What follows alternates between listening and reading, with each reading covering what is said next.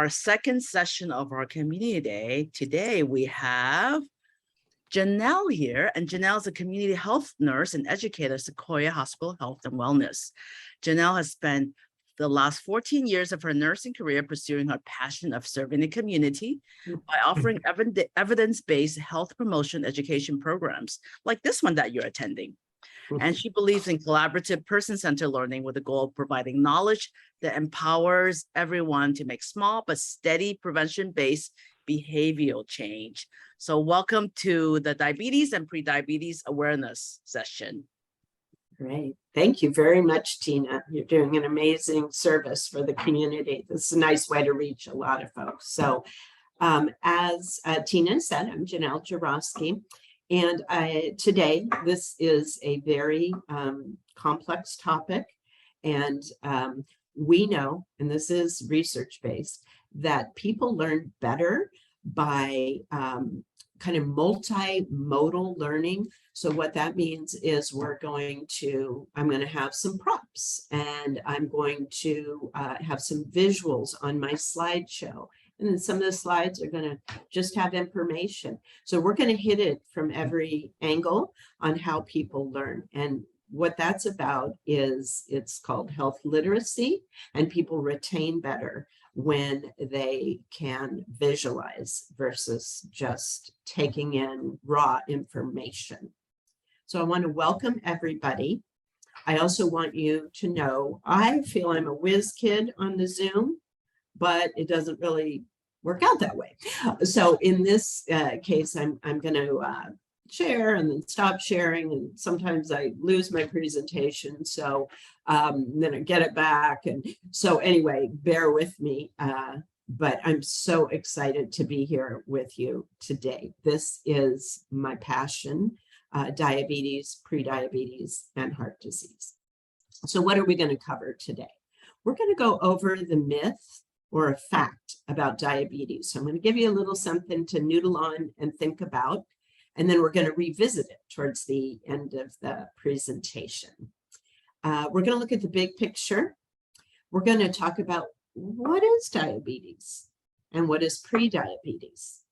We're going to look at what's happening in your body, and I'm going to use an analogy, and I hope that it's helpful.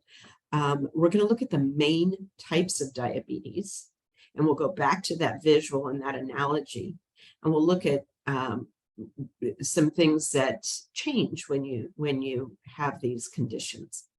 We're going to look at signs and symptoms. How do you know if you have diabetes? I'm going to encourage everybody to get tested if they haven't, and to know your numbers, so that you can become your own self-advocate.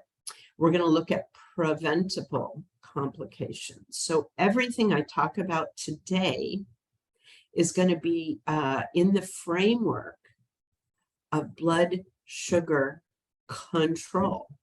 So control is the goal, maintaining within your numbers within a therapeutic range.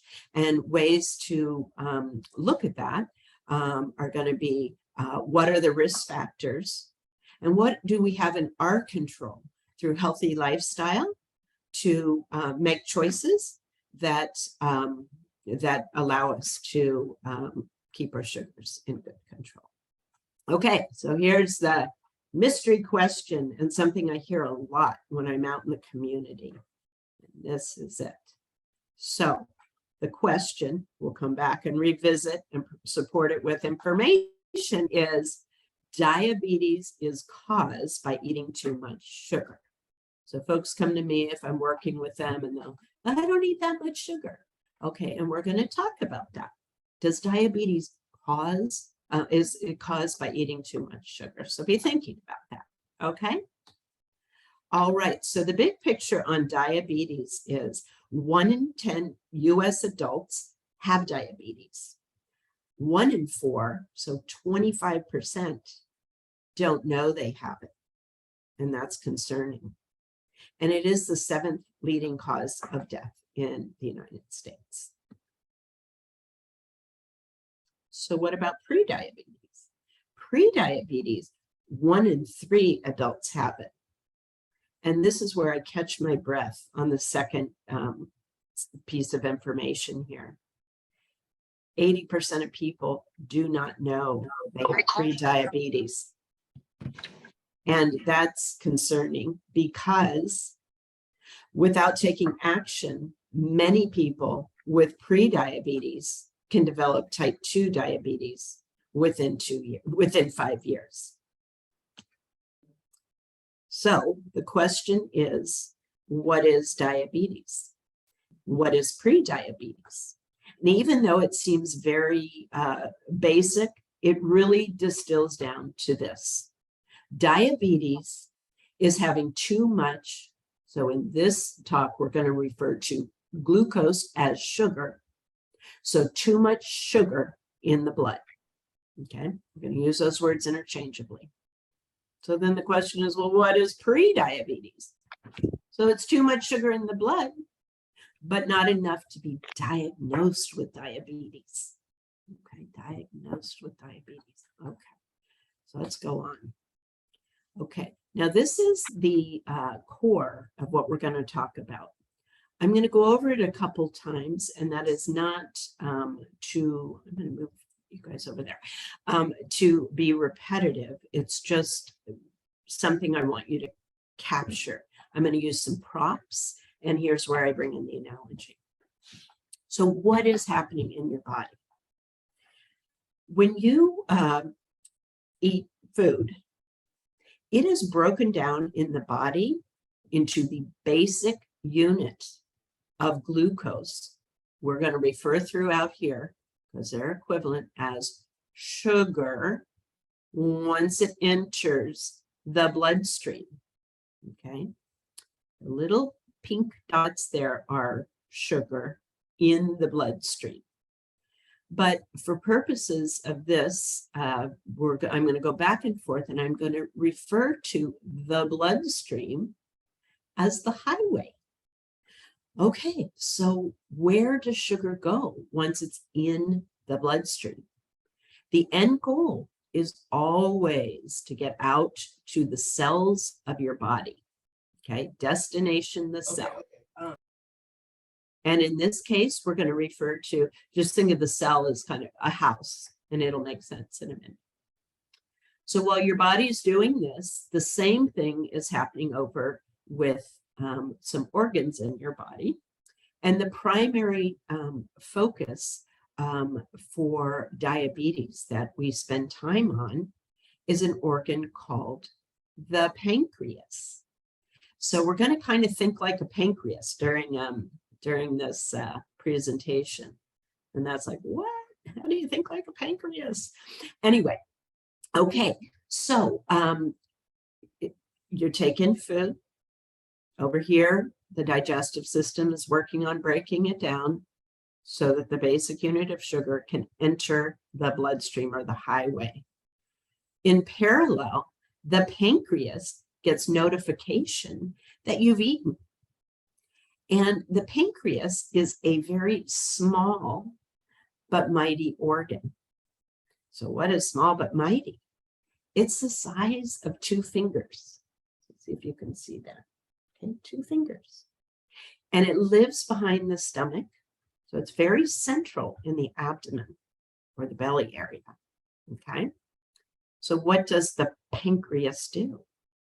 The pancreas squirts out. So it's a squirting organ, and it squirts out. One of the jobs, it has many jobs, but one of the main jobs is to squirt out a hormone called insulin.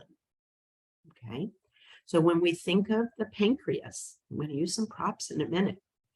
We're going to think of it as a squirter. We're going to think of it as a key maker, and the keys are insulin. Okay, so what's this key thing going on? Insulin meets up with the sugar in the bloodstream, and its mission is to go to the cell with sugar, open the door, and let the sugar in. And why is that important? Because the sugar gets converted into energy, which is your main source of life. So you cannot live without sugar or glucose, okay? So insulin has a big job, because without that key working to open the door, sugar stays in the highway or the bloodstream, and we get a big fat traffic jam, okay? I'm going to show you what the traffic jam looks like with a little kind of sample, a prop of fake blood. Okay, so at this point, I'll just review again. You eat, and two things are happening. The digestive system is breaking the food down for it to enter the highway as sugar. The sole goal of sugar, because it's the basic unit of life, is for it to feed all the cells of your body. So in that cell, sugar gets converted to energy. Okay. The pancreas, that small but mighty organ, is getting very busy squirting out keys. So the keys are insulin. So the key, insulin and sugar, meet up and they partner. They go to the cell or the house, and the insulin or the key opens the door to the house, and the sugar goes in, and you're home. Okay, we're going to go to the next slide, and we're going to talk about two main types of diabetes. And then my goal is going back to that slide that we just looked at, and I'm going to show you what is not working when you have uncontrolled blood sugar.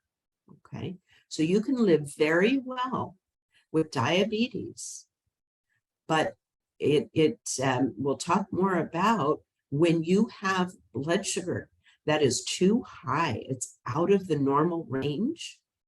That's when you have concerns and you have complications that are presentable. So the whole theme behind this talk is blood sugar control, keeping it in a healthy range is your goal. Okay, so there's two main types of diabetes. Type 1 is where your pancreas, or the key maker, is not working at all. Okay, so if you don't have insulin, you don't have keys to open the cell to let the sugar in. So you would have a big backup in the highway, resulting in very sticky blood. And I'll show you a sample of that. Okay, so what's the cause? It's classified now as a type 1 autoimmune disorder. So autoimmune means that the body turns on itself, and it damages and destroys the pancreas, which is the key maker. We need the keys to get the sugar in the cell to continue to live life. This is a very small percentage of the total picture on diabetes. So only 5 to 10% have type 1. So the only way to treat type 1 is to take insulin, and that's by insulin shot. So basically that insulin is taking on the job of the pancreas. So the body has to think like a pancreas. And the treatment is listening to the body and your healthcare provider and taking insulin so that we can get the sugar in its good goal range. Okay. Now, type 2, because it's most prevalent in most cases of diabetes, is where we're going to focus today. So in type 2, the pancreas or key maker is working. It's making keys. But the keys, when they get to the cell with the sugar or the house, there's what's called insulin resistance. There's too much sugar in the blood, and it gums up the lock that the insulin or the key is supposed to open. So the body says, hey, this is the wrong key. Can't open up. Okay. There's a second thing happening. Because the demand is so high, the body is trying to make up to get that traffic jam taken care of with the sticky blood, the sugar staying in the blood system. So it works really hard. It works overtime. It works more than overtime. And it just can't keep up with the demand because insulin is acting out. It is not the right key to let the sugar into the cell. All right. So we're going to talk about all of this framework is through healthy lifestyle. We know that insulin resistance, the primary cause for that lock getting gummed up and the keys not being recognized, is being overweight or obese. So weight management is critical in type 2. Okay, let's go back to the highway. All right. So now we're going to look at what happens when you have uncontrolled blood sugar, insulin resistance, insulin insufficiency that the pancreas can't keep up with the demand. All right, so I'm going to, this is where I'm going to pause and such, go back and forth on the presentation. So hold on with me because I have some props now. We've already kind of gone over, sugar enters the bloodstream when it's broken down. Goal is to go to the cell. At the same time, the pancreas or the key maker gets an alert that says, hey, start squirting out keys. The keys are insulin, and insulin is the only way to get sugar into the cell or the house. If insulin is broken and not working, the key is gummed up, we have a big traffic jam and sticky blood. Okay, now let me go here. Just bear with me. I'm going to do a stop sharing. Okay. All right. Can everybody just see me now? I hope so. Tina, are we good? We're good. All right. Okay, so let's go with animated. Well, let me show you actually what a pancreas looks like in your body. It presents like this, size of 2 fingers, but it has big jobs to do. And one of the main is to produce insulin, right? Okay, lives behind the stomach. And so now I'm going to give you a nice demonstration. This is not the size of the pancreas, right? But it's to do a demonstration. So remember, the pancreas is a squirter. Squirt, squirt, squirt, squirt, squirt, squirt. It's squirting out insulin. So insulin can go meet up with sugar. Okay, they're going to team together, sugar and insulin, and insulin's going to open the door. Okay, so now we're at the cell. Sugar and insulin have gone ahead and they've met up and they're traveling. And so insulin, let me get down here. I have a little, can you see that? Or, there we go. Insulin's job is to open the door or open the cell. This could be any cell of your body. Okay. And the sugar, let me show you, the sugar drops in to the cell and is converted into energy, the basic unit of life. Okay. So that's what's happening. Pancreas squirts out the key element here, the hormone insulin, insulin and sugar meet up. These two. They go to the cell of your body. Insulin opens the door. The cell expands. Excuse me, the Janelle. sugar- Yeah, It would help if you could turn off. the blurred background. Yeah, I don't know how to do that. I could try. Because is it going in and out where you're seeing blurred? Is that what I'm hearing? Okay. Yes. Okay. I'm not that savvy. Let me I think, just see. I think you're okay right now. If you stay there and don't move. Yeah, Yeah. the spatial stuff is tricky. So Right. thank you for that comment. I don't think you want to see what's really in my office here. Okay, so we're going to stay the course. The insulin basically opens the door to the cell. Cell expands and sugar goes in. Okay, converted to energy. Okay, that's when everything is working well. So when the highway is backed up because the key is not being recognized by the cell, the result is sticky blood. You see how sticky? Mm. Look at that. Okay. Sticky blood does not circulate well throughout your body. All right.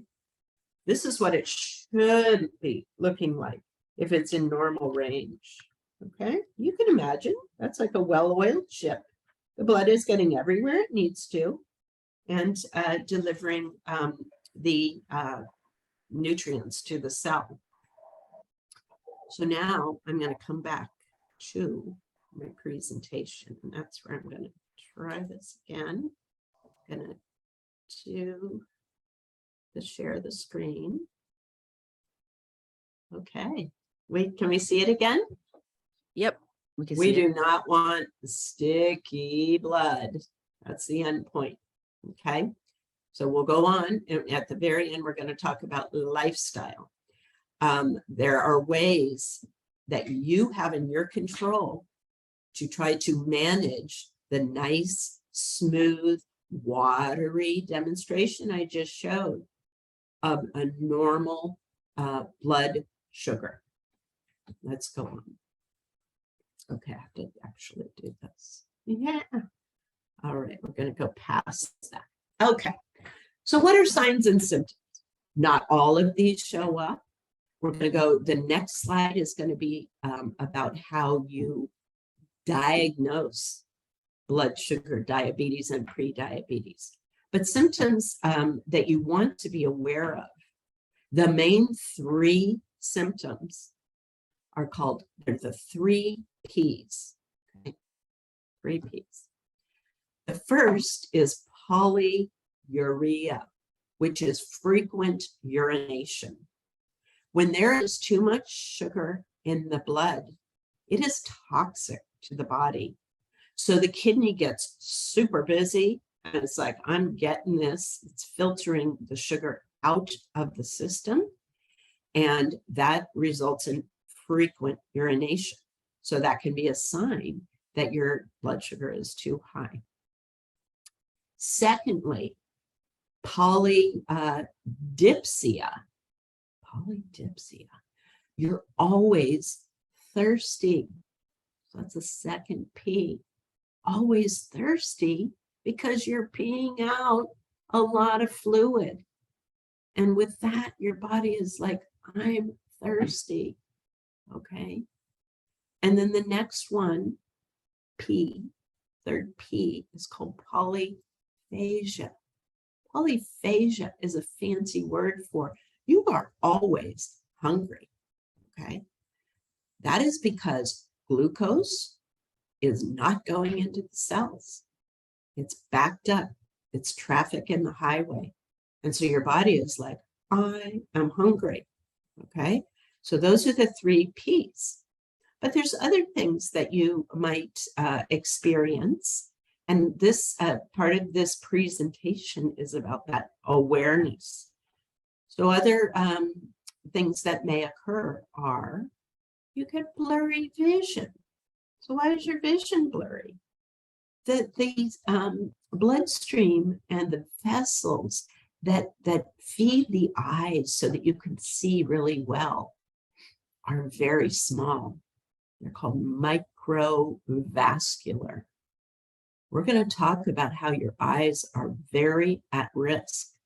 So imagine sticky blood getting up to the eyes to let the sugar go into those cells so everything works normally. And it is not working well because the traffic jam, sticky blood. So you can get blurred vision. All right. Another thing that happens is that the nerves in your body are under attack because they are also microvascular, very small. When the blood is sludgy and moving through the system very slowly, your extremities, both your hands and your feet, can start getting numb, feeling numb and tingly. And that is because the blood supply is not getting there efficiently with the glucose. So peripheral neuropathy, blurred vision, and those 3 Ps can be very common signs. Okay, what are other signs? When you hurt yourself and you have a wound, you need real well-oiled ship blood supply to get to that wound, to help it heal, right? Sludgy blood does not heal wounds quickly.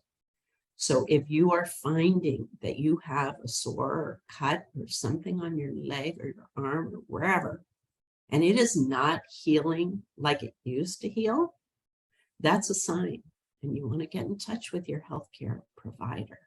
Okay, so this is on you. You are the self-advocate. You are the person that knows your body the best.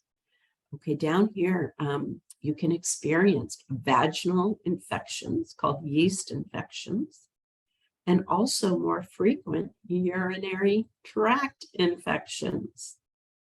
And with those, what's happening is there's so much sugar in the blood that the little microbes love sugar to keep building and building and infecting your body.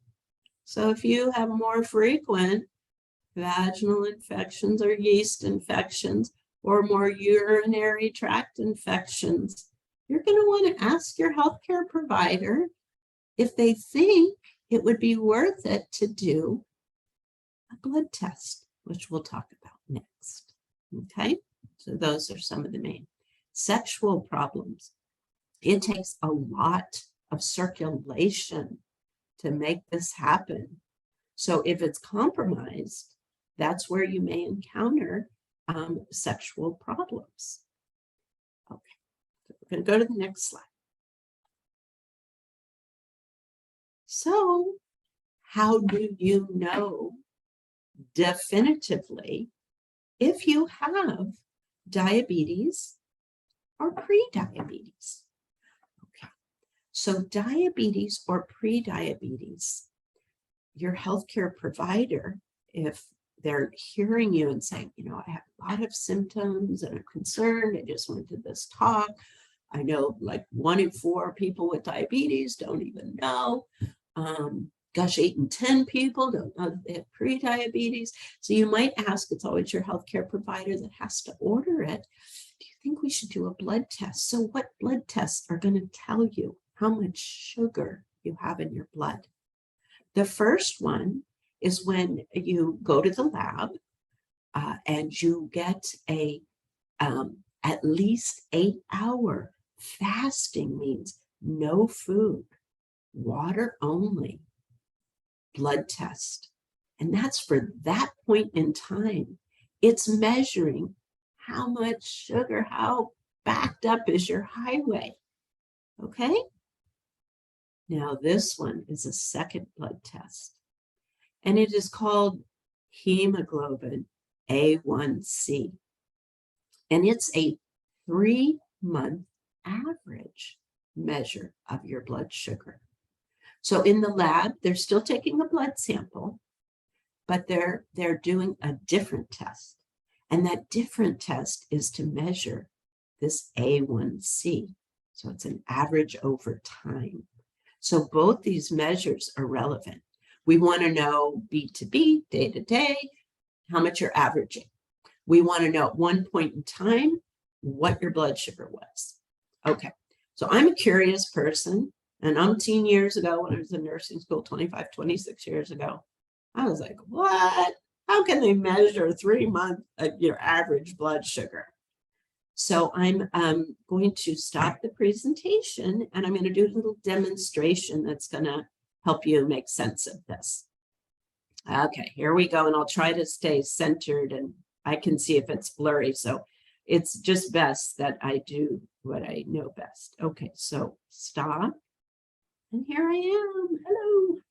All righty, get all the props. I got a lot of stuff here. I really enjoy what I do because it's fun. All right. Okay. So I'll get this here. Okay, you should see a round, what looks like a big red blood cell. Okay. This red blood cell has a lifespan. They get refreshed every 60 to 90 days with new blood cells. So if you think about giving blood, you cannot come back and give blood again unless there's special circumstances for 90 days. They say, hey, we'll see you in 3 months. And that's because it takes the body time to refresh the red blood cell that's scooting along in your circulation that is either happy or very unhappy because there's a traffic jam. Okay, the unhappy is the traffic jam. So back to the curiosity. How the heck do you measure how much sugar is in the blood to see if it's within normal or it's uncontrolled? And the answer is they're going to find out how sticky your glazed donut is. So what does that mean? When you have sugar in the blood, it sticks to the red blood. Whoop. Let me just put a few on here so it's easier for me to do that off camera. Okay, so all these sugars are sticking to the red blood cell. I'm going to turn it and stick some more blood. I'll get into range just a moment, just a second. Okay, so I'm going to get it back to where I have most of these. All right, back to center. They are measuring in that blood sample by spinning it in a little machine to see how much sugar is stuck on your red blood cell. And it's a 3-month average. And that's a very relevant measure. That is expressed in percentages. And so I want to go through now the numbers. You want to know your numbers. And instead of trying to memorize them, if you look on your lab report, so I'm recommending everybody get their lab report. Okay, I'm going to start sharing again. Okay, all right, there we go.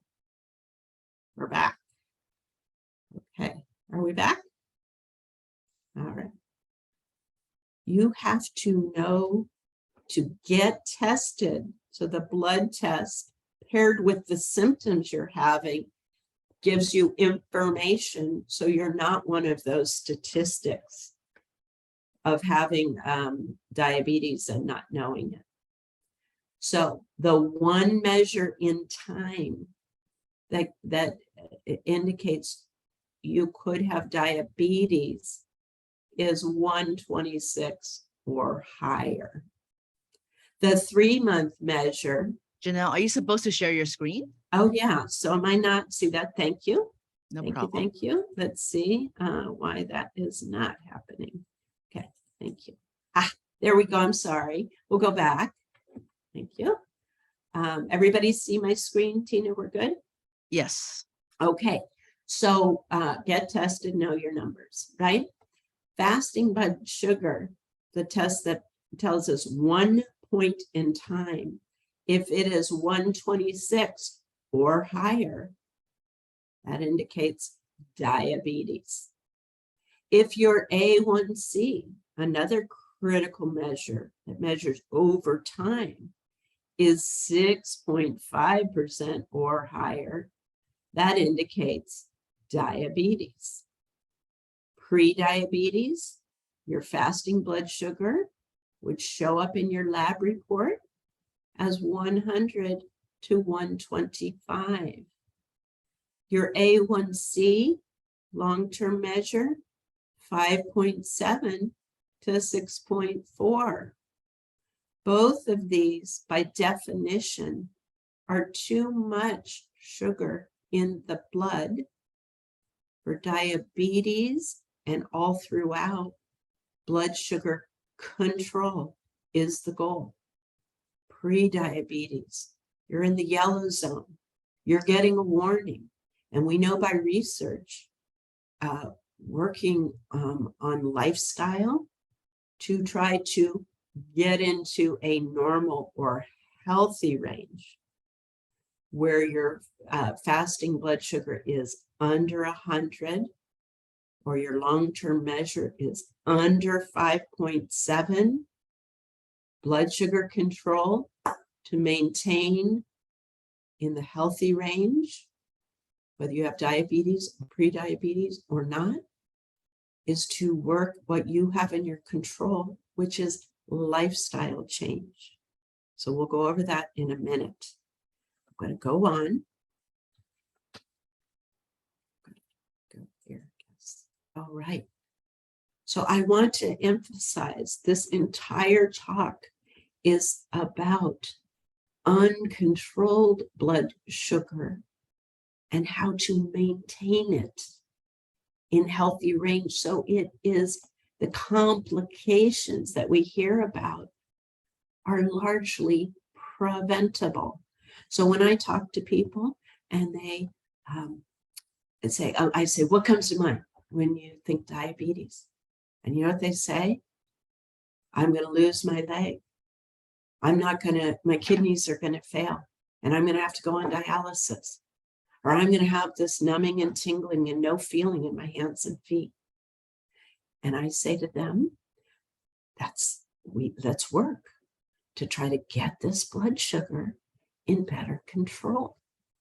And we can avoid or minimize, keep it lower, longer term. If this stuff is going to emerge, it'll be further in the future or not at all. So by controlling your blood sugar, you can prevent eye disease. So the number one cause of blindness in US adults is diabetes related to uncontrolled blood sugar. All right. The kidneys that have many functions, just like the pancreas. One function is to produce urine, and it is toxic to the kidney to have extra sugar in the blood. So it's like the kidney, while it's trying to process and make urine, is like a punching bag. When the blood is thick and syrupy, it takes a lot of abuse. And over time, it says that's enough. And your kidneys can begin to fail if you have uncontrolled blood sugar over time, and urine cannot be produced, which filters out toxins in your blood. So in a very far away stage, you could end up on dialysis. Dialysis acts like a kidney and it filters out your blood for you. Because without that filtration, either the kidney working or the dialysis, you cannot sustain life. All right. Now the big bad guy is your heart. Your heart can only work so hard to squeeze out blood to go to your entire body. Okay. If it's sludging, the heart has to work against that thick, syrupy blood. And that's uncontrolled blood sugar. But if you work to keep it in range to the best of your ability, the things you have in your control, you're not going to have the heart working as hard. So it is going to thrive a lot more. Okay. And the nerves, that's a little picture of a nerve, also a small vessel, very vulnerable to damage when we have thick, syrupy, sticky blood, can also be damaged. So anytime you have circulation compromised in diabetes, it's bad for your whole system, but it really attacks the kidneys, the nerves, and the eyes, and then the heart overall is the big vessel organ. All right, gonna go on. So gang, is diabetes caused by eating?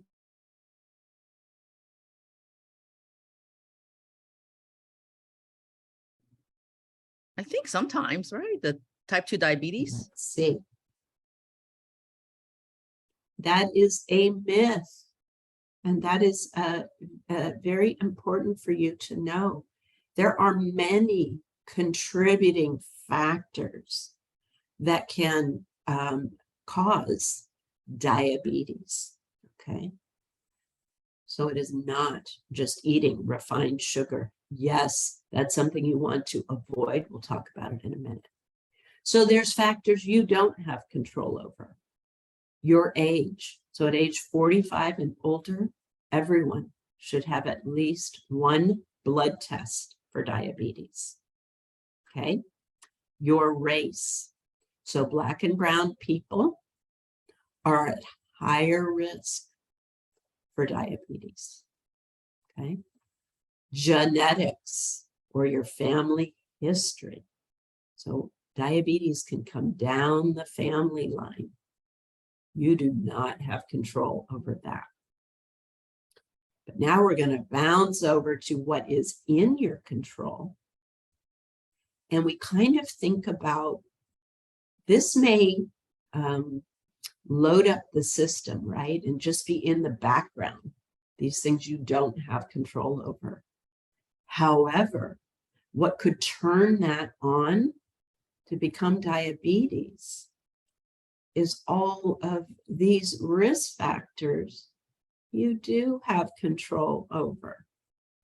So we talked about weight management being number one in your bag of tricks, right? Well, that one takes my breath away because it is very difficult to lose weight and sustain the weight loss. So this is a lifetime journey. We want to tackle that, but we'll see the other things that you can do that help lower your blood sugar to keep it in good control. And nicely, a lot of that will help you contain your weight. So as Tina mentioned in the beginning, I am not a proponent of taking on big life changes. After this talk from Janelle, I am going to go and lose 10 pounds. Is it realistic? Is it really where you're at? We have to take small baby steps.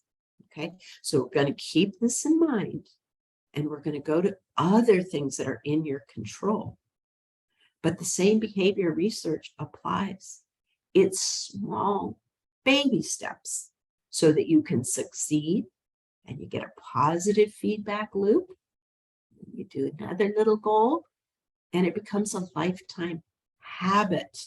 So couch potato, this is not where we want to be, right? That doesn't allow for movement. We'll talk about how movement helps manage your blood sugar, the traffic jam. Smoking, a direct link to diabetes and heart disease. Managing your alcohol, so moderation. All right.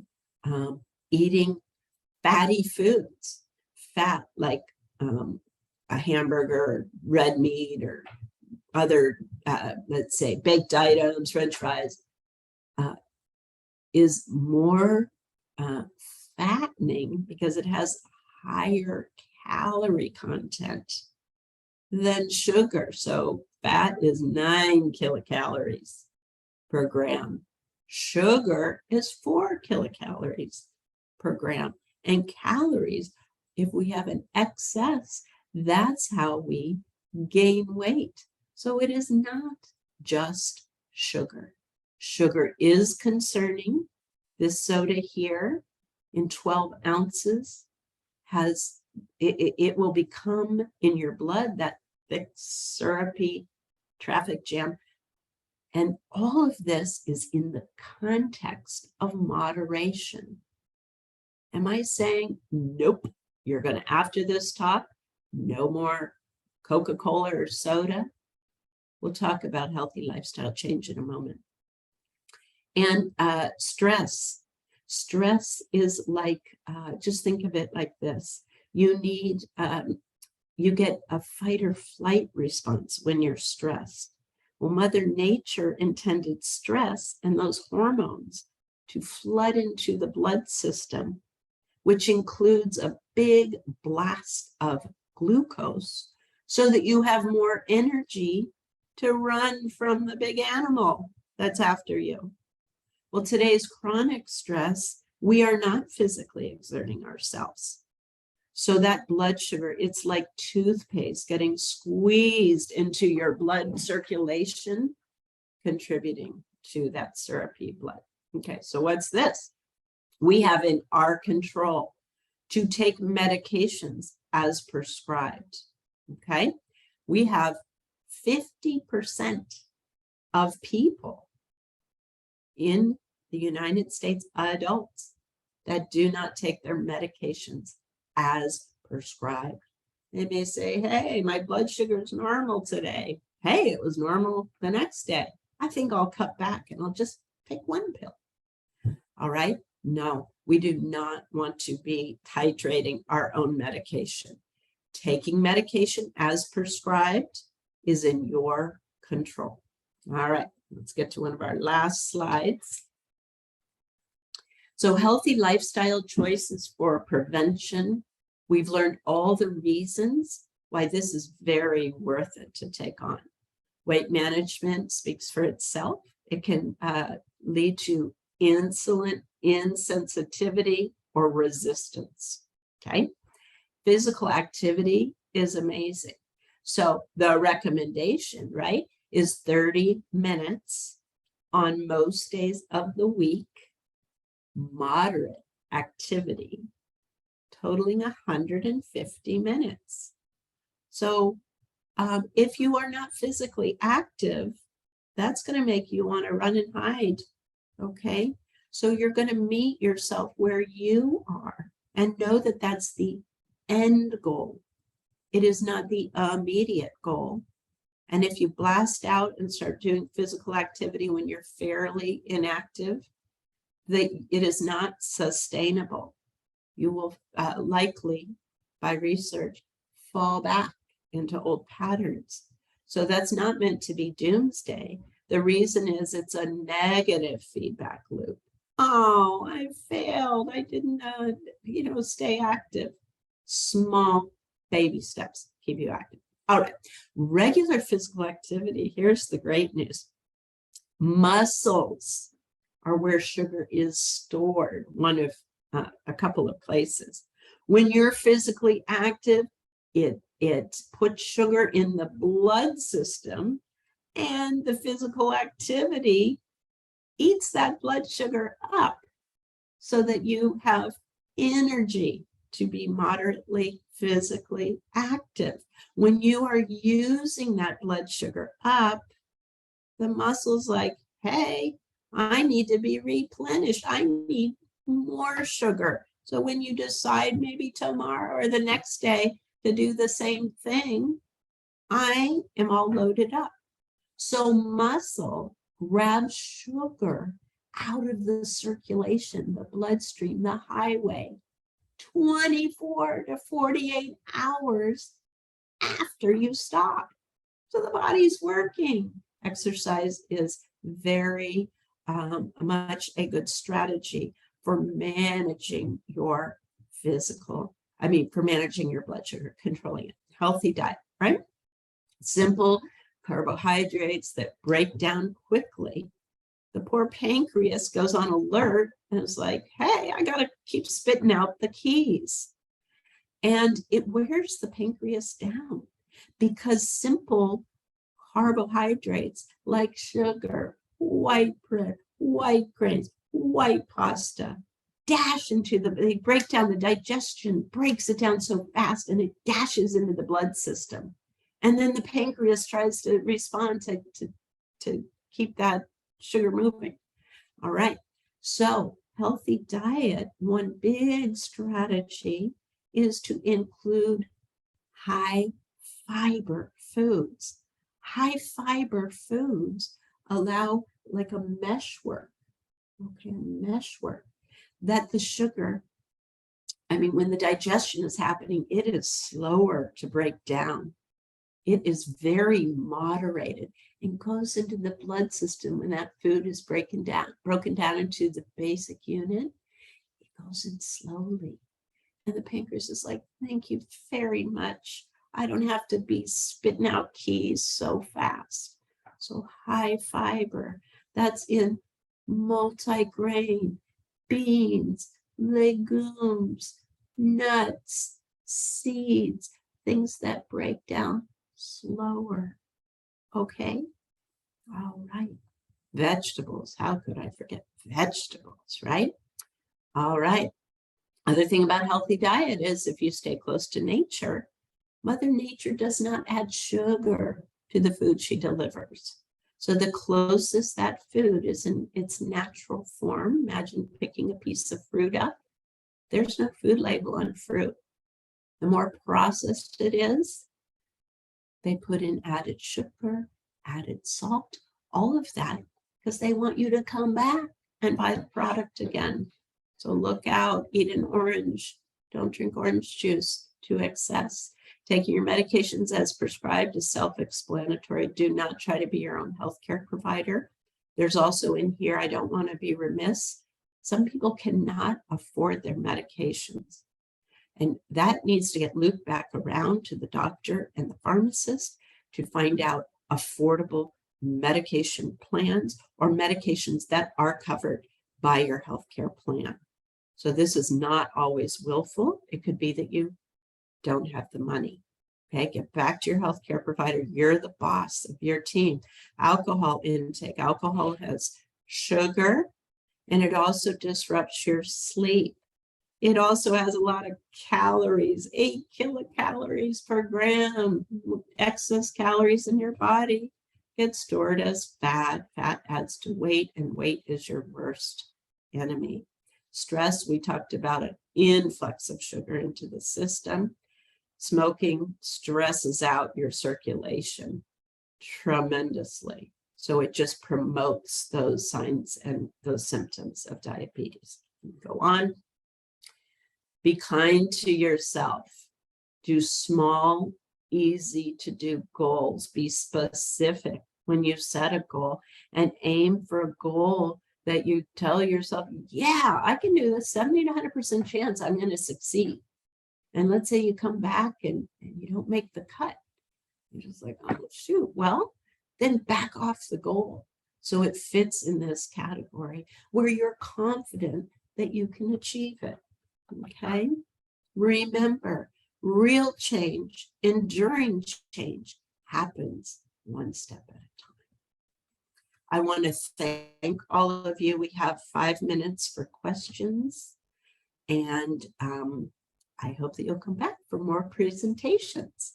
So Tina, should we open it up? We've got Sure, 5 definitely. minutes. Okay. Yes, anybody have questions? Dave is raising his hand. Okay. About Hi, the- Dave. Let me actually stop sharing. I want to be able to see Dave. Okay. There we go. Do I see Dave? Okay. Yeah, Janelle, you talked about the two kinds of testing, the blood glucose and the A1C. Is it Uh-huh. important to get both? Yes. Yep. Because Okay. you want to measure in what your blood sugar is at this point in time and how it's averaging, because that's telling you after food, before food. The average gives you different information. It tells you how your pancreas is handling a food load.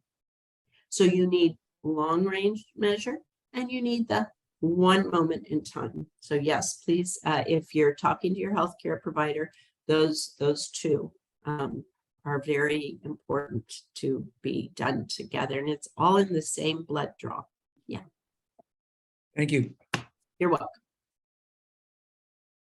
Any other questions? Looks like Sandy might have a question.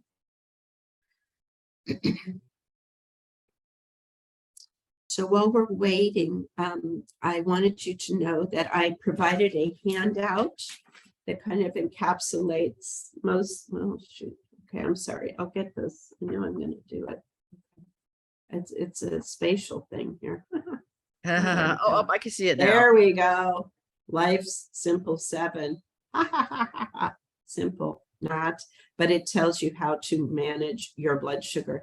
That's available in a PDF format. And Tina, will you be able to get that to I will folks? send it to all the people that attended and also Very good. everybody that registered. Thank you so much. Excellent. Thank you. Okay.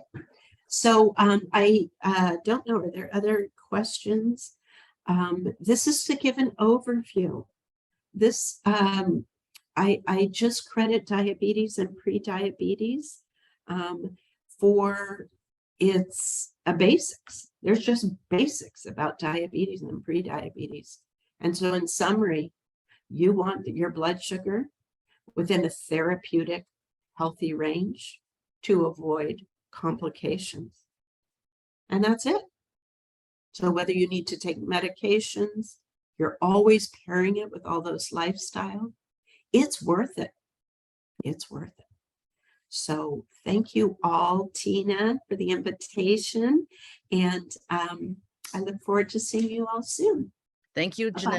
Janelle. Big hand to Janelle. Thank you. Okay, bye-bye.